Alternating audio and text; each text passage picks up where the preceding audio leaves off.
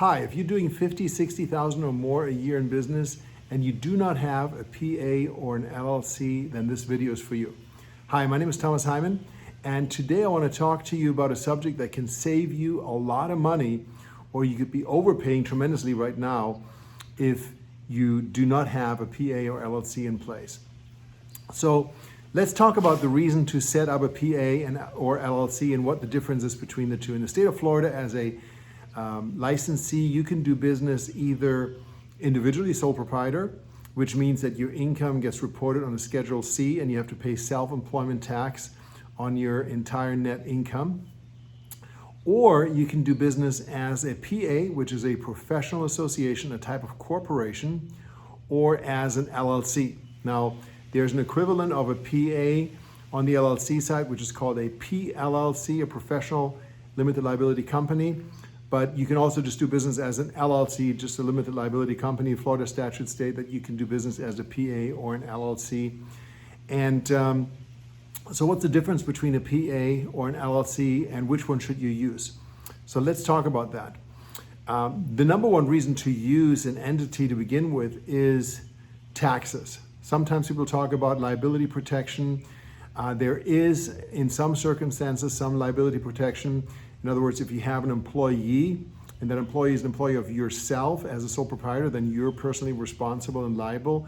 If that employee, however, is employed by your company, then you personally are not liable for it. But if you're just working as a sole practitioner, there's really no liability protection because you're the one that's doing the work outside. And I'll be happy to send you some information that talks about case studies. So if you are a one-person operation, you don't get any liability protection from having an LLC or a PA. But the big thing that you do get is a tax advantage. And there is a breakpoint in my mind, and I'm not a CPA, so you want to talk to your attorney and your accountant. But generally speaking, if you're making 40, 50,000 plus, you can start to reap some significant tax benefits. And it's based on the way your income is accounted for and taxed. So again, when you're doing business as a sole proprietorship, then you have your profit and loss statement. Your business is reported on your Schedule C, and whatever your income is taxable income. You pay income tax on it, and you also pay self-employment tax. Now, if you do business as an LLC or as a PA, your income is treated differently. With either entity, you would want to elect to be taxed or treated as a subchapter S corporation. And you now would pay yourself a salary. So your company would pay you a salary. And obviously on that salary, your company would pay half of your Social Security, Medicare taxes, and you would have the deduction of your Social Security and Medicare taxes, which number one, makes it a taxable business expense on the company side.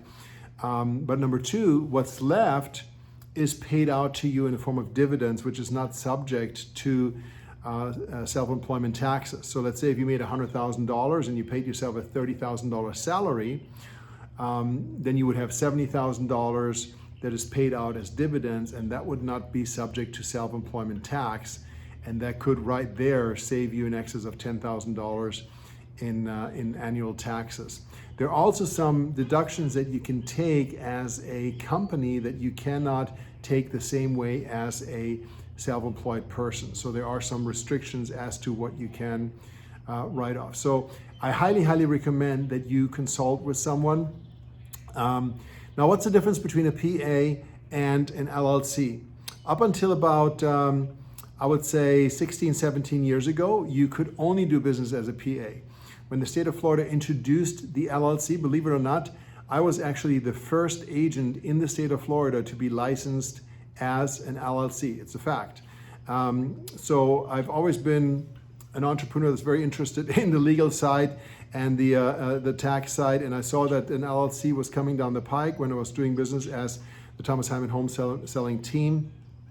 And so I changed my license into Thomas L. Heimann LLC, which was the LLC that I had set up. Now, when you do business as an LLC, what sometimes people don't tell you, and agents just decide to set things up themselves, they don't get any advice, they don't do the subchapter S election, and so then the LLC is a disregarded entity, and you are taxed exactly the same way that you would on a sole proprietorship. So a big mistake. But what's the difference? Why would you go in LLC? Why did I wait to do the LLC route than the PA route? And the simple answer is paperwork, compliance. When you have a PA, professional association, you basically have a corporation. So a PA is nothing but a corporation, but instead of ending the name in Corp or Inc., so instead of having Thomas Heimann Inc., it would be Thomas Heimann PA. And it's a type of corporation that can only have shareholders that are licensed. So it's being used by accountants, attorneys, physicians' offices, etc. So licensed professions. The challenge is that when you set up a corporation, you have corporate governance requirements. So not only is it much more complex, you need to have your bylaws and your founding documents and resolutions and so forth, but you must have an annual shareholder meeting which elects the board of directors. And then you need to have your annual meeting of the board of directors to elect the officers, president, vice president, secretary, treasurer. And then any large decisions must be approved by the board of directors. You need to have corporate resolutions. And if you don't do that, then your corporate veil could be pierced, and that could be a big problem. So with an LLC, you don't have those requirements.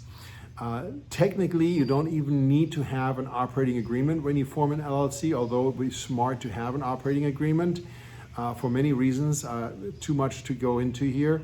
But I highly recommend that you do consult with an attorney to advise you what you may or may not want to put into that operating agreement. But once you have an operating agreement, you really don't have the paperwork requirement and corporate governance requirements that you have with the corporation. Now, you can still have resolutions in an LLC if you choose to, and there are member-managed LLCs versus manager-managed LLCs, but generally speaking, the corporate governance requirements are much more simpler, and therefore it just does not make any sense at all for you to have a PA. You're much better off just setting up an LLC and doing that election to be taxed as a subchapter S Corp, and then you're on your way. So again, if you are right now earning in excess of $50,000, $60,000 a year, you need to make that switch as soon as possible. The challenge is you cannot start making money in the name of your company until your license is transferred into the name of the company. So the process is one where first you set up the entity, and it should be the same name as your name on the licenses right now. So your license is Sally C. Smith. Then you want to set up Sally C. Smith PLLC. And once the entity is set up and registered with the state of Florida, and you could go to sunbiz.org and do it yourself if you know what you're doing, then you need to file with the Department of Business and Professional Regulations, DBPR, to have your license transferred into the entity. So you move your license from your name to the entity. You are no longer licensed. Your entity is now the licensed party. And once that entity is the licensed party, then broker can start paying that entity for your earnings. So very, very important that you do that as soon as possible. You know, I'm here in the Sarasota area, and right now it's the season, and a lot of agents are literally earning half of their annual income between January and May.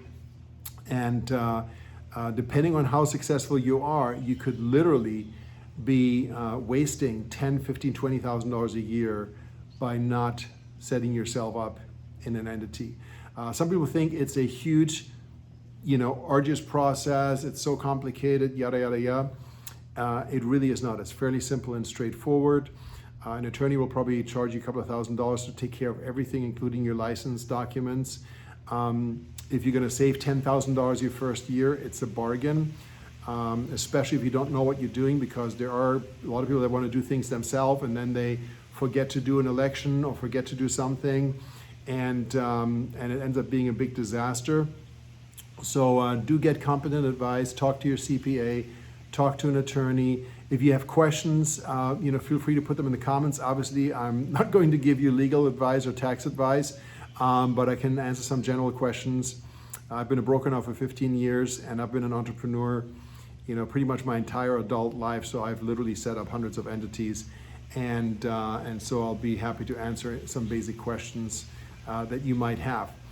I'm going to do a separate video coming up on LLC specifically for teams. So if you have a partnership, in essence, where you are partnered with other agents, there is a way to utilize an LLC for that team specifically. Now, you still would want to set up an LLC or PA for yourself, but then there's a way to have that flow into an LLC, into a structure for a team.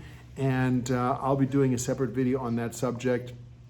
And that is something that might be of interest if you're running a partnership type of team. As always, please, if you enjoy this content, subscribe, click on the alarm bell so you get notified when there's a new video coming out. And let me know what you liked, what you didn't like, any comments you have, any questions you have. And also, if there's anything specifically that you would like me to do a video on, I'll be happy to do so. Again, my name is Thomas Heimann, and thank you so much for taking the time to watch this.